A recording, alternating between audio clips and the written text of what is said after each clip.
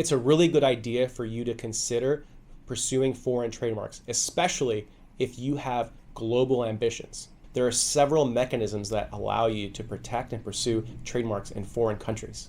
My name is Amir Adibi with the Adibi IP Group, and we're intellectual property specialists.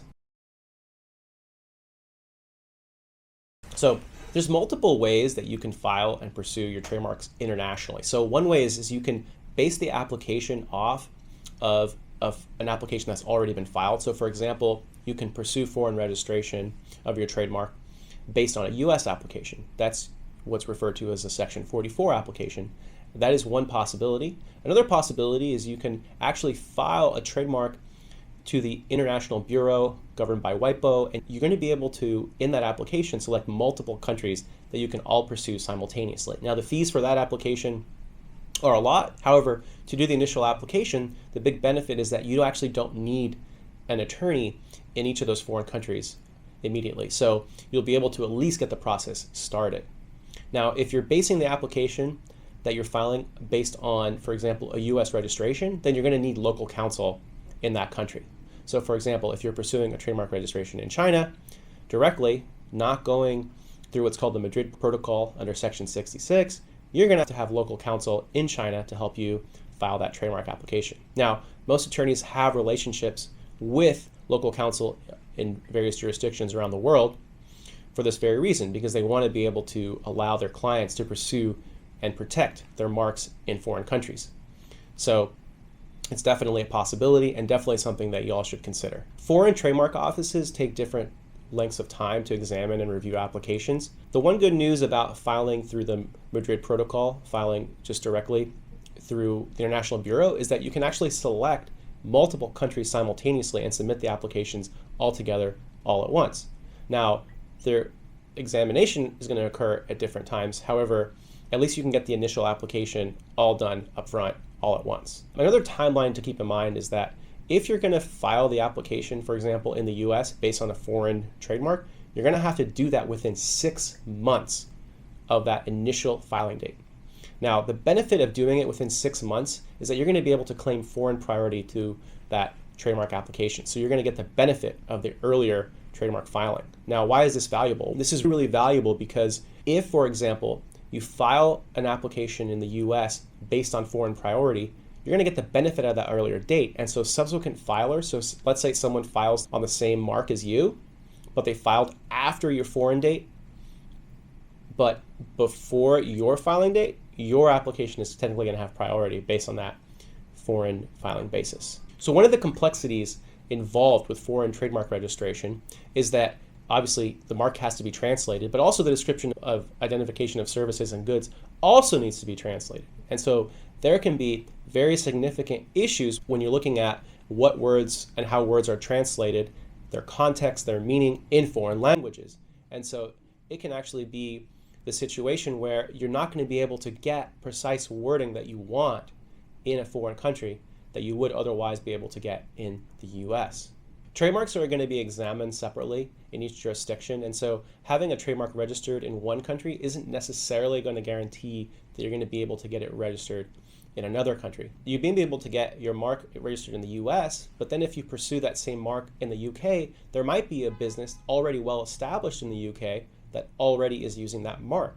And so even though that competitor isn't in the US, they might have protection in the UK that could preclude you from being able to protect your trademark in the UK.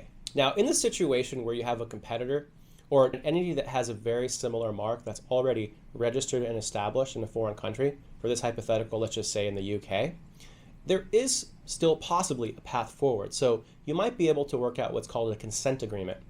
In a consent agreement, you basically get the other party, for example, this entity in the hypothetical entity in the UK, to agree to allow coexistence of both your mark and their mark in the UK. So a consent agreement is one way that you might be able to actually pursue and successfully seek registration of your mark in a foreign country, even if there's already a similar mark that's already in use. There are a lot of advantages in registering in foreign countries. One is you're going to be able to actually protect your brand in those foreign countries. If, for example, you want to extend your business and attract more customers in, say, foreign countries, it's a really good idea to have a registered mark, because in order to really protect your brand, a foreign trademark is going to be able to stop competitors from using confusingly similar marks to advertise similar goods or services.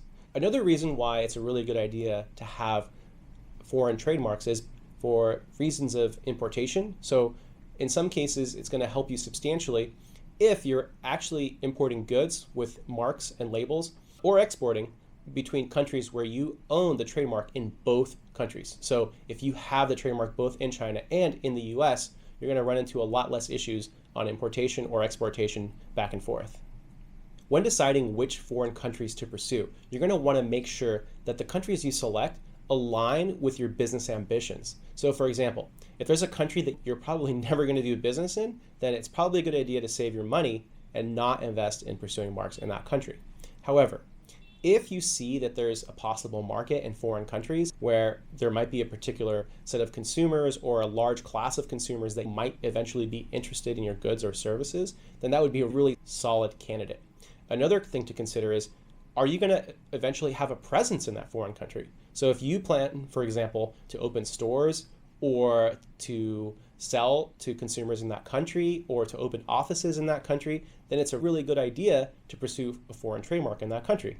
And another thing to consider is you want to start early, because this process can take many months to even possibly a few years. I wanted to remind everybody that you should definitely seek legal counsel. Foreign trademark registration is a very specialized practice area, and so it's a really good idea to have solid counsel that understands your business, understands what you're trying to accomplish, and also has relationships with local counsel in all these various foreign countries, because they'll be able to help you streamline your trademark strategy internationally and also help you actually conserve funds. Pursuing foreign trademarks is a really good idea, especially if you have global ambitions and if you're interested in expanding out your trademarks into foreign countries and doing business in foreign countries. And there's a lot of systems in place that help you streamline it and make it efficient and successful.